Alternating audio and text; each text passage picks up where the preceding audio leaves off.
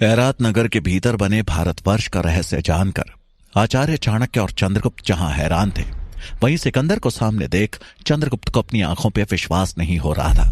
उसने आश्चर्य से चाणक्य की ओर देखा, जिन्होंने एक ही दृष्टि में सिकंदर को पहचान लिया था। अपने मन में उठ रही जिज्ञासा की शांति के लिए चंद्रगुप्त बोला, आचार्य, आप इतने विश्वास से कैसे कह सकते हैं कि यही सिकंदर है? उसकी बात सुन चाणक्य मुस्कुराते हुए बोले, क्योंकि विजेता वही होता है जो अपने स्वप्न को हर पल जीता है। उसके सामने सिवाय उसके स्वप्न के और कुछ नहीं होता। और इस समय सिकंदर का एक ही स्वप्न है, और वो है भारतवर्ष को जीतना।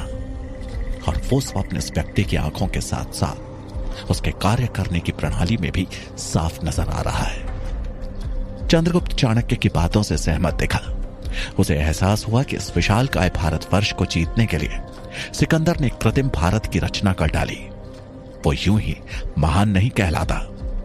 वहीं उस नकली भारत में सिकंदर अपनी युक्ति और बुद्धि से गांधार को पार कर तक्षशिला पहुंच चुका था, और वहां पे उसने अपनी तलवार नीचे कर दी। ये देख चाणक्य के चेहरे पे चमक आ गई, लेकिन चंद्रगुप्त ये देख थोड़ा असमंजस में आ गया। वो आचार्य की तरफ देखकर बोला, सिकंदर ने तक्षशिला पहुंच तलवार क्यों नीचे कर दी आचार्य? चाणक्य गंभीरता से बोले, क्योंकि तक्षशिला में आकर वो युद्ध नहीं करेगा। वो भारत को जीतने के लिए यहां के आचार्यों के साथ मिलकर संधि का प्रस्ताव रखेगा और उनकी दूरदर्शिता और ज्ञान का उपयोग कर अपने विजय क्रम को जारी रखेगा। चंद्रगुप्त आज एक सम्राट की युद्ध नीति और रणनीति दोनों को नजदीक से समझ रहा था। तभी अचानक उसे यह एहसास हुआ कि गुंबद से कोई नीचे आ रहा है। वो दोनों तुरंत छिप गए। तभी एक यवन सैनिक वहां पर आया और ध्यान से इधर उधर देखने लगा, लेकिन उसे वहां कोई नहीं दिखा। वो चिल्लाते हुए ऊपर गुंबद में पहरा दे रहे सैनिक से बोला, कोई भी तो नहीं है यहां, तुम्हें बेकारी आवाजें सुनाई देती हैं।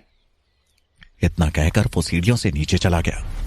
उसके जाते ही चाणक्य और चंद्रगुप्त बाहर निकले और उन्होंने देखा कि सिकंदर की आज की रणनीति पूरी हो चुकी थी और वो अब अपने अधिकारियों के साथ वहां से वापस लौट रहा था। चाणक्य सिकंदर से प्रभावित होते हुए बोले, सत्य है कि एक बेवकूफ मित्र से अच्छा एक समझदार शत्रु हो। उसे क्षण चाणक्य की आंखों के सामने वो दृश्य घूम गया जब धनानंद ने उनका अपमान किया था और उन्होंने उसके सर्वनाश की प्रतिज्ञा ली थी। चाणक्य आगे बोले, और धनानंद दोनों में से एक भी न बन सका, ना बेवकूफ मित्र और ना ही समझदार शत्रु। सिकंदर, तुम्हारी शूरवीरता को चाणक्य का नमन। लेकिन मां भारती के कल्याण के लिए अगर कल हमें आमने सामने होना पड़े तो तुम्हारा सर्वनाश करने से पहले मैं एक पल भी नहीं सोचूंगा। चंद्रगुप्त ने एक दृष्टि सिकंदर के बनाए हुए भारतवर्ष की ओर डाली और अचानक उसे एहसास हुआ कि आचार्य चाणक्य ने उसके कंधों पर कितनी बड़ी जिम्मेदारी सौंपी है। चाणक्य और चंद्रगुप्त वहां से निकल उस स्थान पे आए जहां पे नायक ने दोनों यवन सैनिकों को अपनी बातों में उलझाया हुआ था। उसने चाणक्य और चंद्रगुप्त को दूर से ही देख लिया और वहीं से उन्होंने भी नायक को वहां से निकलने का इशारा किया।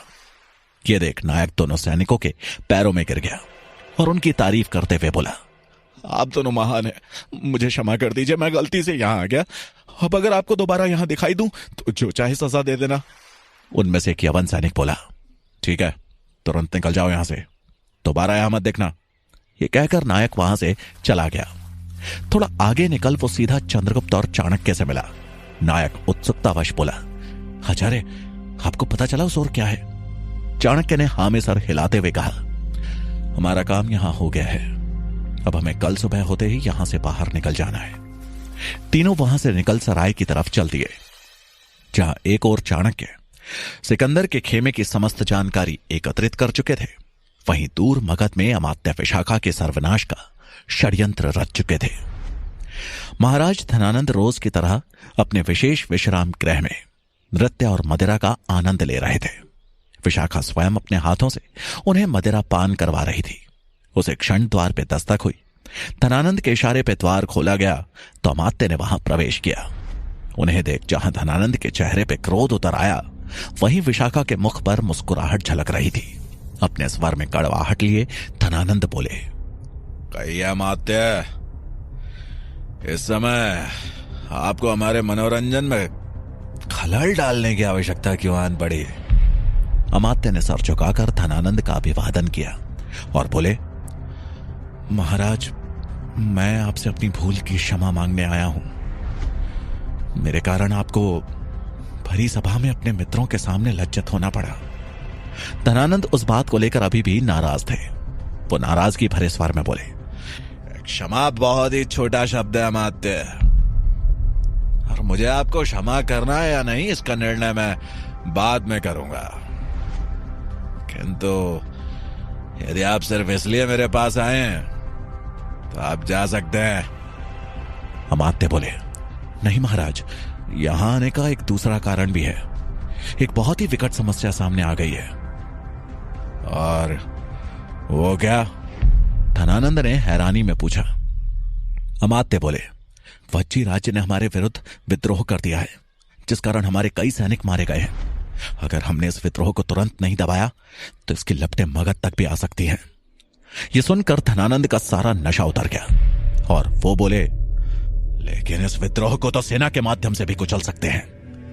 अमात्य बोले, नहीं महाराज, इस समय युद्ध सही निर्णय नहीं है। वज्जी के राज प्रमुख आपसे मिलना चाहते हैं और आपसे यह आश्वासन चाहते हैं कि आप उन्हें कर में कुछ समय की छूट देंगे।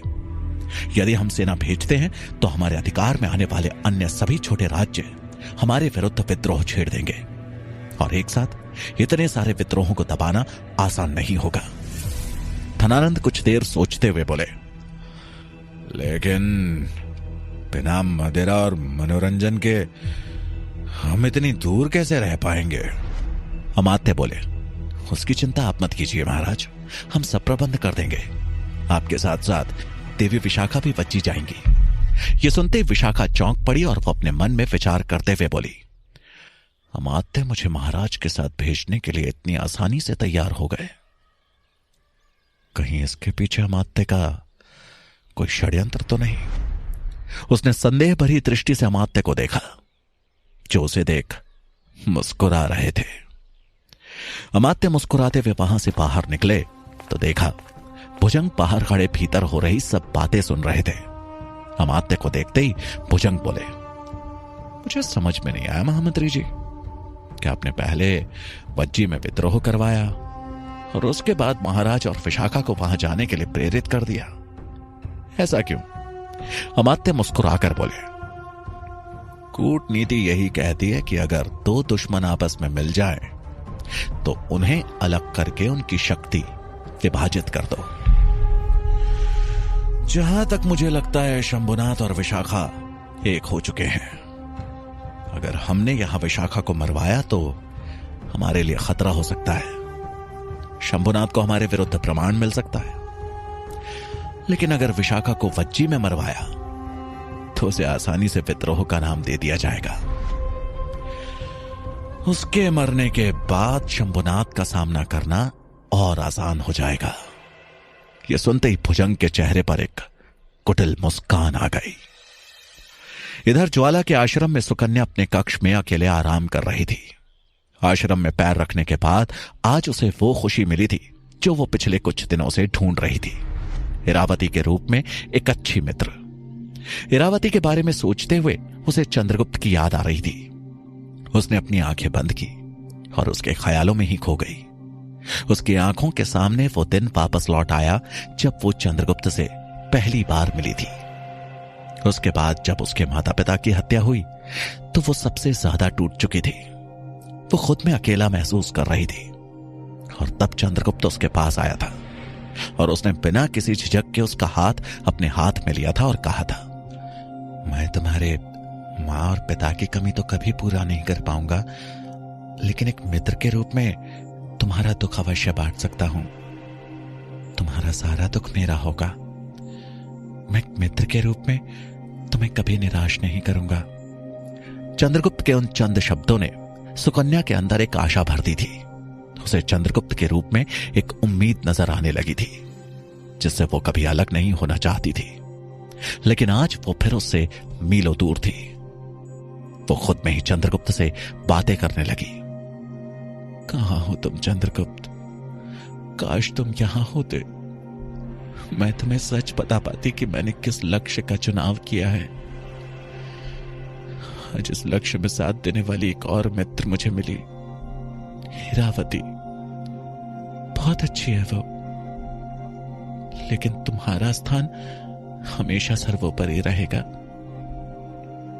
मुझे नहीं पता कि तुम अभी कहां हो, लेकिन उम्मीद करती हूं कुशल ही होगे।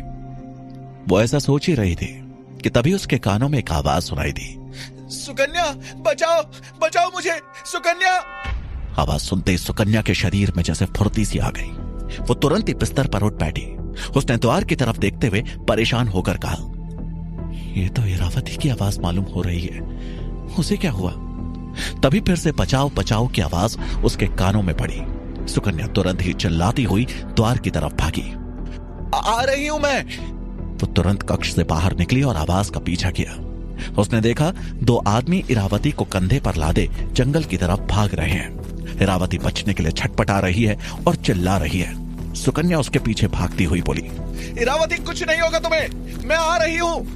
वो चिल्लाती हुई दोनों आदमियों से बोली, छोड़ दो इरावती को, छोड़ दो उसे, वरना बहुत बुरा हश्र होगा तुम्हारा।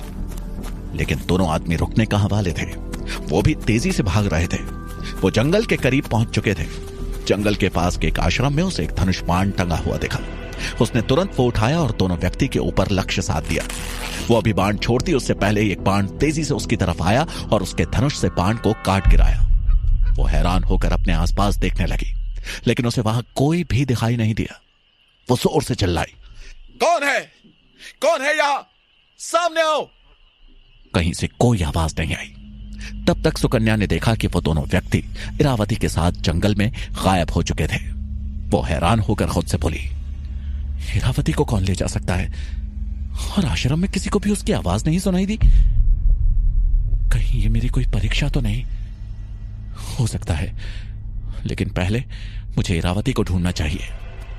सुकन्या तेजी से जंगल में आगे की ओर बढ़ी। उसे समझ में नहीं आ रहा था कि उसे किस दिशा में जाना है। तभी उसे एक दिशा से चिल्लाने की आवाज आई, जैसे किसी का मुंह जबरदस्ती बंद किया जा रहा हो। सुकन्या तुरंत उस तरफ भागी और भागते भागते जंगल से बाहर की तरफ निकल गई। उसने देखा कि वही 2 आदमी इरावती को लेकर एक गुफा के अंदर चले गए हैं। ये देख सुकन्या हैरान थी। उसने मन में विचार किया, ये लोग कौन हैं और इरावती से इनकी क्या दुश्मनी? क्या मुझे तुरंत आश्रम जाकर ज्वाला और अश्विनी को यह बात बतानी चाहिए? नहीं, तब तक बहुत देर हो जाएगी। पहले मुझे गुफा के भीतर जाकर देखना होगा। यह सोचकर सुकन्या उस गुफा के नजदीक गई और बड़ी सावधानी से गुफा के अंदर कदम रखा। गुफा के थोड़ा भीतर जाकर उसे इरावती दिखाई पड़ी, जिसे एक आदमी ने पकड़ के रखा हुआ था। तभी एक अधेड़ उम्र का आदमी आया और उसने इरावती को एक जोरदार थप्पड़ जड़ा। थप्पड़ की आवाज से पूरी गुफा गूंज उठी। सुकन्या ने देखा कि वहां अंदर 2 नहीं, करीब 7 से 8 आदमी मौजूद हैं। थप्पड़ के कारण इरावती की नाक से रक्त बहने लगा था, लेकिन इसके बाद भी उस अधेड़ व्यक्ति की आंखों में जरा भी दया का भाव नहीं था। उसने कठोर होते हुए इरावती से पूछा, अब तुम मुझे सच सच बताओगी कि वो सारा धन कहां है? इरावती रोते हुए बोली, चाचा, मैं कितनी बार आपको पहले भी बता चुकी हूं कि मुझे उस धन के बारे में कुछ नहीं पता। माँ बाबा ने कभी मुझे किसी भी प्रकार के धन के बारे में कुछ नहीं बताया। ये सुनकर वो अधेड़ व्यक्ति बोला, और मैं भी कितनी बार तुम्हें कह चुका हूं कि मुझे ना पहले तुम्हारी बातों पे यकीन था और ना आज है, और आज मैं उस धन का पता करके ही रहूंगा। इरावती की आंखों से आंसू बह रहे थे। वो बोली, मुझे छोड़ दीजिए, भगवान के लिए मुझे छोड़ दीजिए। वो व्यक्ति बोला, छोड़ दूंगा, तुम्हारे पास सिर्फ आज रात का समय है। मेरा सामान मुझे लौटा दो, वरना आज की रात तुम्हारे जीवन की आखिरी रात होगी। उसने अपने आदमियों से कहा, बांध दो इसे। सुकन्या दूर से छिपकर यह सब देख रही थी। वो मन ही मन बोली, ये कोई परीक्षा नहीं, ये तो असली संकट है। ये सभी इरावती के सगे मालूम होते हैं। अब मुझे अकेले इनसे निपटकर इरावती के प्राणों की रक्षा करनी होगी। सुकन्या छिपकर वहीं बैठ गई और इरावती को बचाने के लिए सही योजना के बारे में सोचने लगी। जहां आचार्य चाणक्य, चंद्रगुप्त और नायक सराय में आराम कर रहे थे, वहीं गांधार का गुप्तचर ऐरात नगर में उन्हें ढूंढ रहा था। उन्हें ढूंढते हुए वो उसी नकली भारतवर्ष के निकट पहुंच गया था जहां रहकर सिकंदर भारतवर्ष को जीतने की रणनीति बना रहा था। उसे देख उसकी जिज्ञासा बढ़ गई। वो उसे देखने आगे बढ़ा ही था कि यवन सैनिकों ने उसे घेर लिया और पूछा, कौन हो तुम और यहां क्या कर रहे हो? उस गुप्तचर ने कहा, मैं गांधार से आया हूं, एक गुप्तचर हूं और मैं यहां किसी को ढूंढ रहा हूं। यवन सैनिक ने कहा, शायद तुम्हें ज्ञात नहीं, इस क्षेत्र में किसी भी पहाड़ी का प्रवेश निषेध है। गुप्तचर ने कहा, क्षमा कर देना, मैं अपने सैन्य प्रमुख को ढूंढ रहा था, वो शायद यहीं आए थे।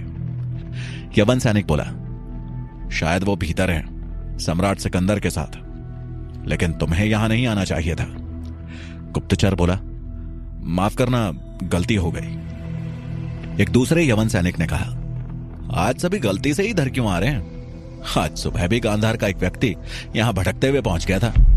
यह सुनते ही गुप्तचर बोला, गांधार का व्यक्ति? उसने अपना नाम बताया? उसकी कदकाठी कैसी थी?